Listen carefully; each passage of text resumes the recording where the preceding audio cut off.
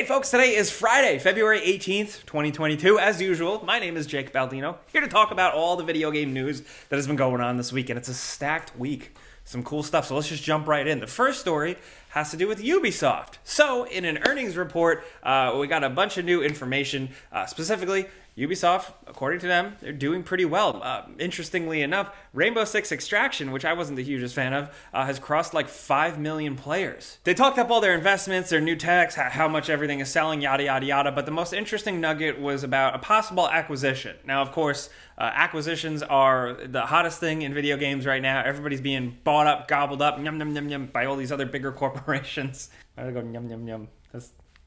According to Ubisoft CEO Yves Guillemot, they are not looking for a sale. They are not looking to be sold or anything, but they would be happy to entertain any conversations if an offer comes along. Interestingly enough, this is a far cry, see what I did there, from Ubisoft just a couple of years back, who had some issues and were facing a hostile takeover and stuff like that. It could go either way. I don't necessarily see it happening. They are definitely bulking up with Assassin's Creed just becoming even more of a monster and stuff like that, but crazier things have happened. I didn't think of any of the other acquisition things happening, and then they did. If anything, as you know, Ubisoft has faced their own controversies and allegations in recent months and years, so this could once again serve as kind of like a trap door for the higher-ups. On the other side of things, on the actual video game talk, we now know that Skull and Bones is still a game. They're still working on it after it was being it was rebooted, like it reported like a year or so ago, and it could possibly be releasing this year, and it now apparently has a strong multiplayer focus, which I always thought was the case, but apparently you were able to play it kind of single-player adventure or multiplayer. Now it's much more focused around multiplayer, so I am kind of losing interest. That's just me personally. I mean, like, I love pirates. I have a pirate flag right here. I love pirate video games. More, please. So, you know, let's see how it goes. But speaking of acquisitions, we'll have more of that type of stuff to talk about later in the show. But if you want to read up on this story and anything else I talk about, it's all linked in the description down below. And in other news, just jumping a little bit on a bit of a negative story, Battlefield 2042 has actually broken a record, a great record. Actually, player count is rough. According to gameranx, Battlefield 2042's 24-hour player count peak is sitting at under 5,000 players. This is, of course, because of the issues, the state of the game when it released.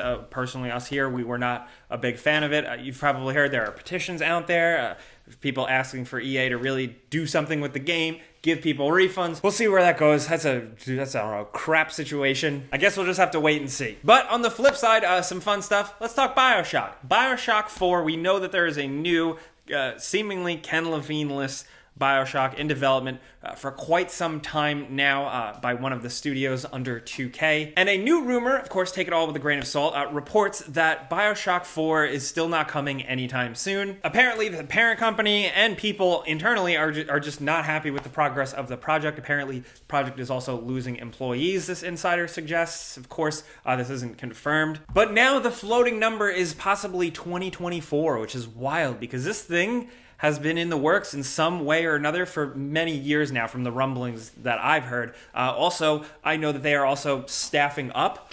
They have been hiring and bringing on new people to work on this, so this does kind of line up with them possibly losing some people. But I think the real problem that they're facing, leadership, people leaving, all that stuff, budget, whatever. It's the fact that, like, Bioshock is such a weird, interesting concept of a game. That's a tough nut to crack, and it's hard to get that lightning in a bottle twice, especially without some of the creative leads behind it. So we're gonna keep our eye on that. It's probably gonna be a while before we hear anything. Hey, next up, big thanks to Dr. Squatch for sponsoring this video. If you're looking for some new soap and you really want to kind of boost your shower game, we definitely recommend all their products. All of Dr. Squatch's soaps are made in the United States with the highest quality ingredients in full transparency. Everything on the back of it is simple and straightforward with no BS harmful chemicals like the bigger soap companies have. For me personally, the Cedar Citrus Bar has been the go-to lately because, of course, it efficiently cleans my gross body, but it also smells really good. The shampoos as well have some really intense lingering smells that I really like. It's oddly satisfying. They have a bunch of different types of products along with soap, and there's a big variety of scents, so you can always get something unique and fun. And hundreds of thousands of folks already subscribe to Dr. Squatch, meaning you can actually get monthly fresh soap delivered right to your door,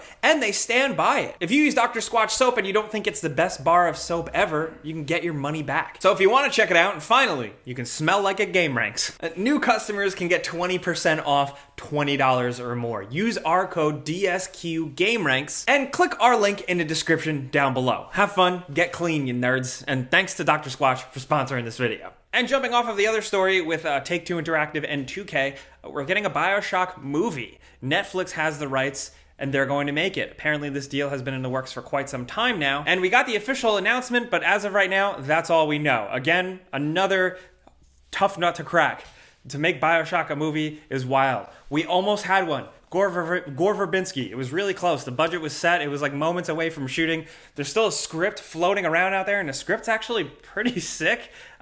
Who knows if Netflix is going to do that? Netflix is kind of up in the air with adaptations and the quality of their movies, but they're just going to keep trying, man. Video game movies. You want to go see Uncharted this weekend? I kind of do. Yeah, me too. Yeah. Let's see how it is. Yeah, that's a thing. That's out this weekend. Just as a reminder, I linked the trailer in the description down below. Uncharted, Tom Holland, Mark Wahlberg, who would have thought? Mark Wahlberg, famous for playing Max Payne and not giving a shit about Max Payne. Also, in case you missed it, Nintendo has announced that they're closing up shop. They're closing up the digital storefronts for the Nintendo 3DS and the Wii U. Rest in peace. These are closing up shop in 2023, and according to it, they have no plans to offer classic content in other ways. They did say for the foreseeable future, it will be possible to re-download games and DLC and software updates and play online. That's where we're at with that. Nintendo basically, in like a now deleted thing, basically said, hey, we're gonna have Nintendo Switch Online. The games maybe are gonna be enhanced. That's how you're gonna be able to play them. We're not really going to plan any way to offer them up anywhere else.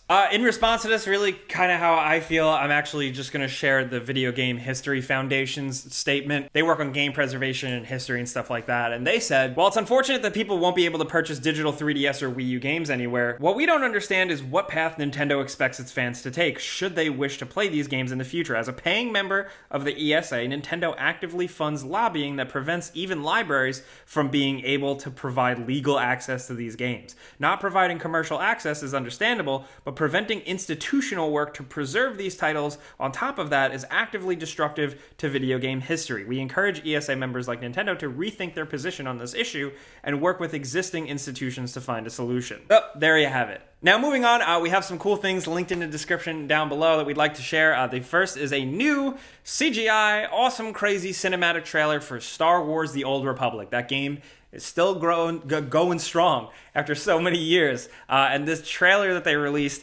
is awesome. If you're looking for just that insane, buck wild, crazy Star Wars stuff that they always release, once again, we have like Darth Malgus. It's wild, and it's worth a watch if you like Star Wars and if you just like cool sci-fi action. Also, we gave them a shout-out a couple weeks ago, but we're doing it again, damn it, because they knocked it out of the park once again. Squatch Network did a cover of Gerudo Valley from Zelda. It's incredible. It's so good. It's got this like Latin flavor to it that keeps on like amping up as the song goes on. It's incredible. I've listened to it a million times. It just came out this morning. I feel like Gerudo Valley was like one of the first songs, like video game songs you learn on guitar. Yeah. I did, yeah. But they absolutely kill it with this, so Godspeed, go check it out, give them a like. Also, big huge reminder, Horizon Forbidden West is also releasing this weekend. So if you're playing that, let us know. We always do that pinned comment.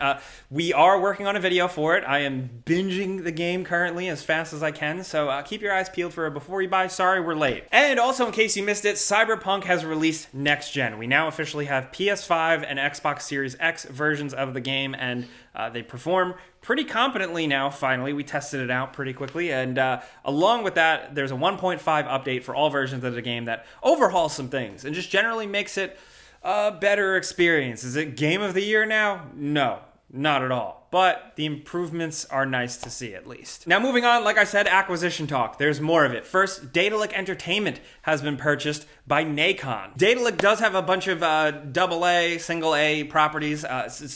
Most recently, they are working on the Lord of the Rings Gollum game, so there's that. NACON isn't really the type, at least in my memory, to make big purchases like this, but they are getting a lot more games under their belt, where they already have some. They're like working on the RoboCop game and stuff like that. So big moves in like the AA sphere that you would miss if you don't pay attention. Also, Platinum Games. Let's talk Platinum Games. Platinum Games, the makers behind so many incredible things, from The Wonderful 101 to Bayonetta to Metal Gear Rising Revengeance to Vanquish. Their CEO did go on record talking about recent acquisitions and whether or not they would be down with being acquired. The most important thing for us is to have the freedom to make the games that we want to make. What I hear about the recent acquisitions, I don't think Microsoft is going to start micromanaging Activision to where they take their freedom. I don't think it's going to be a relationship like that. That's also what's the most important to us at the end of the day, whatever form that takes for us and our company. So I would not turn anything down as long as our freedom was still respected. This, in the past, Platinum said that they were not interested in being acquired by Microsoft. They also have